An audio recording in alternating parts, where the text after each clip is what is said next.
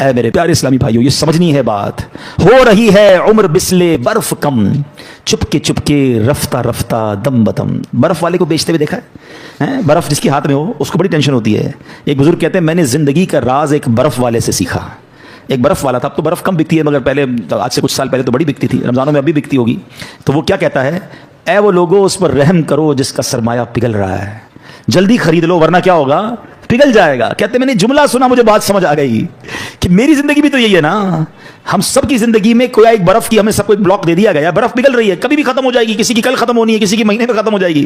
تو شاعر کیا خوب بات سمجھا رہے ہیں، ہو رہی ہے عمر مثل برف کم، چپ کے رفتہ رفتہ دم بدم.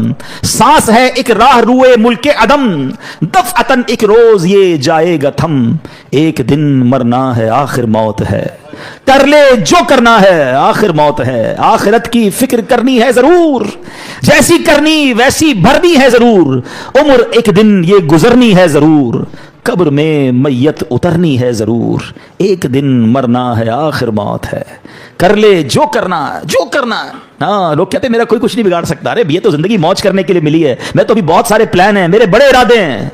شاعر کہتا ہے کر لے جو کرنا ہے آخر موت ہے. مرنا پڑے گا اور مرنے کے بعد اپنی کرنی کا پھل بھگتنا پڑے گا. یہ جو عالم برزخ ہے نا ہمیں نظر نہیں آتا. آپ کہتے ہیں ہم تو قبرستان جاتے ہیں کوئی چیخو پکار تو آتی نہیں، عذاب کی آواز. یہ اللہ کے راز ہوتے ہیں، اللہ کسی کسی کو دکھا دیتا ہے. قرآن کیا کہتا ہے، وَمِن وَرَائِهِمْ بَرْزَخٌ إِلَى يَوْمِ يُبْعَثُونَ، اور ان کے آگے ایک رکاوٹ ہے اس دن تک جس دن وہ اٹھائے جائیں گے. اب یہ موت سے قیامت تک کا جو عرصہ ہے نا، جب ہم مریں گے نا اور قیامت تک، یہ مٹی کے نیچے گزرا تو وہ قبر ہے. کسی نے کسی کو شیر نے کھا لیا تو اس شیر کا پیٹ جو ہے نا وہ اس کے لیے قبر ہوگی. کوئی سمندر میں ڈوب گیا تو وہی قبر سمجھی جائے گی. تھوڑے دنوں پرانی بات ہے نا، $2.5 دے کر گئے تھے نا سمندر کے اندر. کتنے پیسے خرچ کیے؟ کروڑوں روپے. ہزاروں فٹ نیچے گئے کیونکہ وہاں موت لکھی تھی.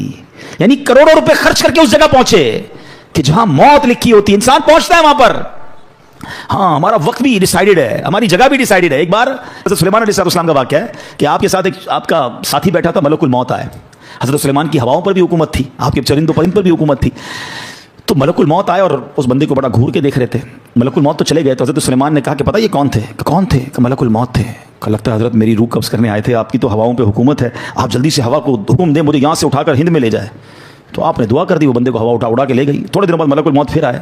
حضرت سلیمان علیہ السلام نے کہا تم اس دن کیوں گھور رہے تھے؟ کہا حضرت میں پریشان، میں اس لیے گھور رہا تھا کہ میرے پاس یہ لکھا ہوا تھا کہ تھوڑی دیر بعد مجھے اس بندے کی روح ہند میں قبض کرنی ہے، بندہ آپ کے پاس بیٹھا ہے. بات آئی سمجھ؟ دعا کر کے وہاں پہنچایا گیا اور وہاں روح قبض کی گئی. وہ جملہ سنتے ہو نا، پہنچی وہیں پہ خاک جہاں کا خمیر تھا. ہم وہاں پہنچیں گے. یہ سمندر کے اندر گئے نہیں تھے، ان کو بلایا گیا تھا، ان کا وقت پورا ہوا تھا. جنہوں نے واقعہ پڑھا ہوگا، آج سے کچھ دنوں پرانی بات ہے، جہاز کے اندر کسی کی موت ہوتی ہے، کسی کی جنگل میں موت ہو جاتی ہے. ہم اللہ سے دعا کرتے ہیں ہمیں عافیت والی موت دینا. اللہ ڈوبنے والی، پھٹنے والی ہیں، جانوروں کے ذریعے پرخچے اڑنے والی، بم دھماکے والی موت نہیں. اے اللہ میں ایمان والی، عافیت والی، ہمارے مقدر میں مدینے والی موت لکھ دے. اے اللہ جب آخری وقت آئے ہم مدینے پہنچ جائیں، آقا کے جلووں میں، آقا کے قدموں میں، روضہ رسول کو دیکھتے ہوئے، درود پاک پڑھتے ہوئے، عشق رسول میں روتے ہوئے ہمارا دم نکل جائے. نجم کی اے خدا آرزو ہے یہی، عاشق زار کی آبرو ہے یہی، موت کے وقت سر ان کے قدموں میں ہو، دید ہوتی رہے.